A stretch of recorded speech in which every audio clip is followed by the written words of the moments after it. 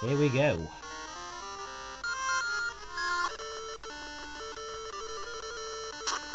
Your boss fight for today is a pissed off statue. Verdilius.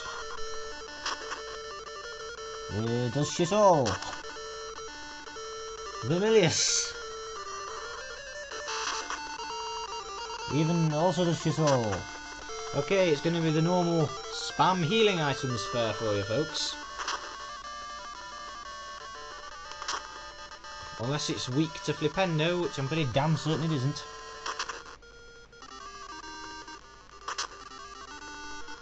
See, RPGs are a great way to make crappy games, cheap little crappy games, because you can make your players think that they're doing something when in fact all they're doing is repeatedly pressing A. Well, that was a piece of piss. Only 20 XP for that? Bollocks.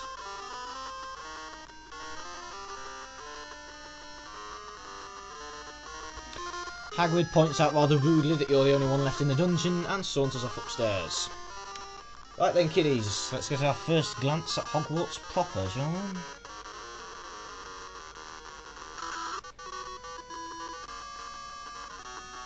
Doop doop doop doop.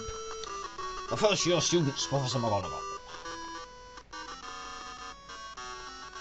I'll be wandering off to get me some grub now.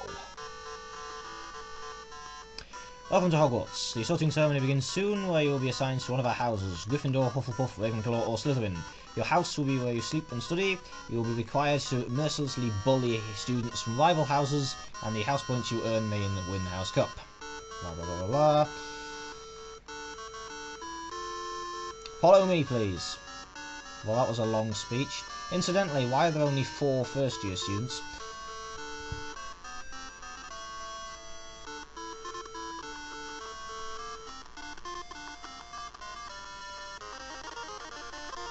You've managed to cross the lake and actually survived your journey into Hogwarts. The reason there are only 4 first-year students is because the rest of them were killed off. Nice grand music here, or at least as nice and grand as you can get while playing a little crappy 8-bit annoying theme. And yes, you'll be pleased to know that the vaunted House Cup is fully available in this game. And you'll notice we all start with 50 points rather than 0, so that we can't go into negatives straight away. My money's on Ravenclaw to win. Yeah, that's gonna happen. So into the Great Hall we go, which apparently gets the same theme music as Diagon Alley. You'll notice that most people have been sorted already, since we can see Malfoy sat on the Slytherin table over there. Don't ask me how that's happened. Ron introduces the prejudice against Slytherin which pervades throughout the entire franchise and is never satisfactorily resolved. And we begin our feast. Greetings, first-year students. I am Albus Dumbledore. Please find your table as soon as you are sorted into your house. It's another thing with this game, it makes everything a challenge. You're not directed to your table, you're not shown your seat by a friendly prefect, no, you have to find it. You have to guess which of the 4 tables you have to sit at. And we meet the sorting hat, which reads our minds and tells us which house to go into. It sings its annoying little song, and Hermione Granger is first to be sorted because apparently we don't have anyone in the entire year whose name begins with a letter earlier in the alphabet than G. She's sorted into Gryffindor, of course, because she's a main character, and we're up. Not Slytherin. Fair enough, Gryffindor, now piss off. Harry now stands in the middle of the room looking like an idiot while he wonders which of the tables is his. This is a good opportunity to annoy people. Yes, this is the Slytherin table with the house ghost, the Bloody Baron. I think that one's Ravenclaw? Yes, Ravenclaw. That one's ours, and this one's Hufflepuff's.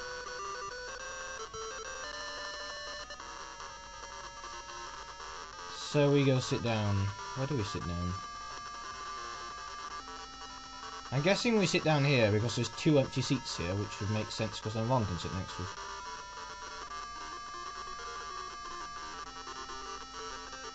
No, apparently not. No, we go sit next to Hermione rather than sitting next to Prefect Person. Who is that sharp-faced man up there? Let's introduce some new characters. That's Professor Snape. He's cool. He's played by Alan Rickman. The one in the turban is Quirrell. He's definitely not a villain. Snape is definitely the villain. That is the plot. To nobody's surprise, Ron has been sorted into Gryffindor.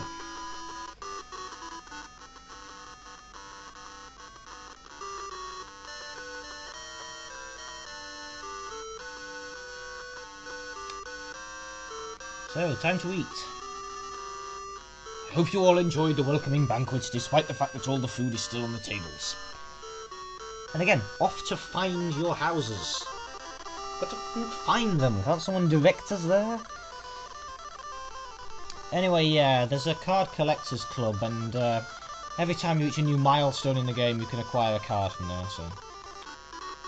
So yes, off to find the Gryffindor common room.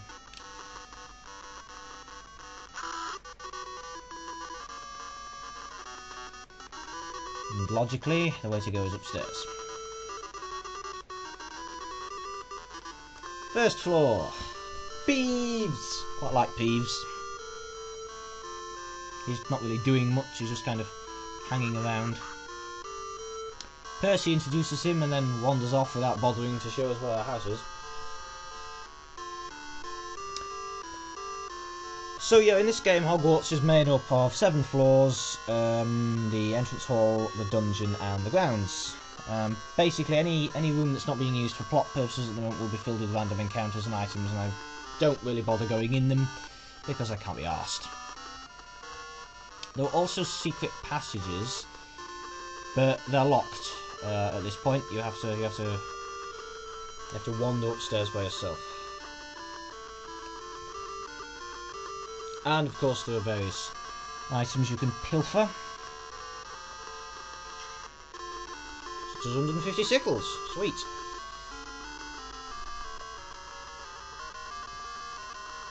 So first floor, second floor. This is one such secret passage. Oh no, it isn't. I thought it was. No, it's a stash of Colden cakes we've just lifted from behind this griffin's arse.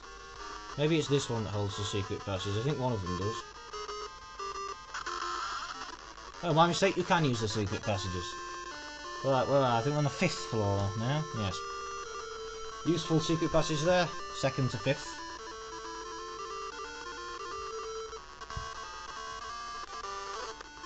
In a hallway off the 5th floor, we find the Card Collectors Club.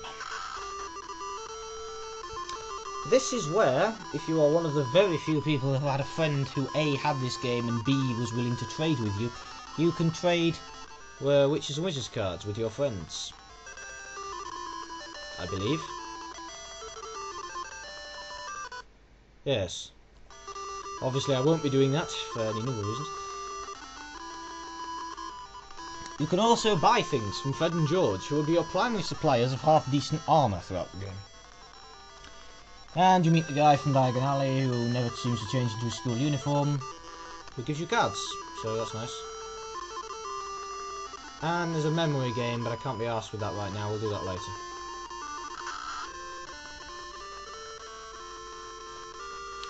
So proceed from the 5th floor to the 6th,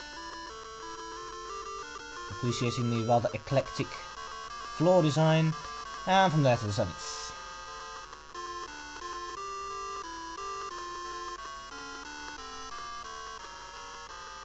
Picking up rumours of where Gryffindor is, of course we know where it is. It's here, behind the portrait of the fat lady. Who refuses to let us in, because we don't know what the password is? You have to find it yourself. Surely someone would have given you the password. This could be an incredibly frustrating part of the game when you're playing it for the first time. I mean, sure you're getting the opportunity to explore, which is nice, but really... Of course, NPCs will help you out. This one stood over this side of the room is a treasure trove of information, telling you to find the Gryffindor house ghost and even ruling out the 7th floor as a place to look. Fortunately, for those going methodically floor by floor, nearly headless Nick, our house ghost, is to be found on the 6th floor. Somewhere. There he is. I'd be a poor official house ghost if I didn't. That was not my impression of John Cleese. Blah blah blah. He wants a necktie to keep his head tied on. Fortunately, he tells us how to get one. We have to return all the way down to the entrance hall. Yeah, let's speed this up. Whee!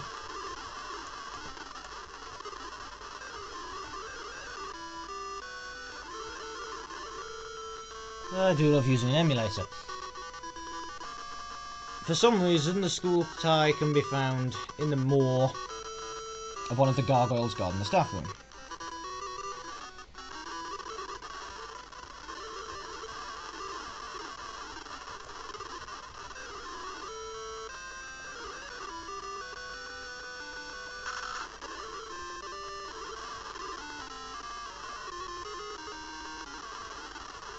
So we return to Nick.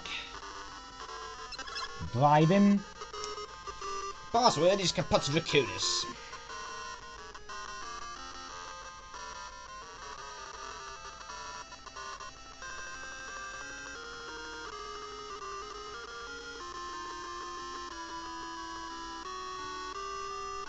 Providing this finally gets us in. And yes, we can get a new card combination in the morning. Irritatingly, Ron has already got here, proving that he did not stop to wait for us.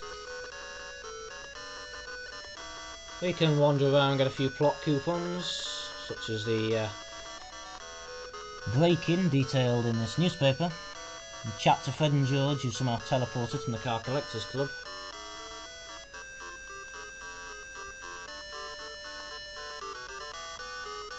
You can look at the notice board.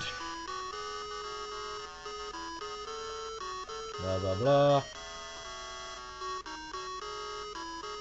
The 3rd floor corridor on the right hand side is closed to all those who do not wish to die a very painful death. Suicidals may disregard this notice.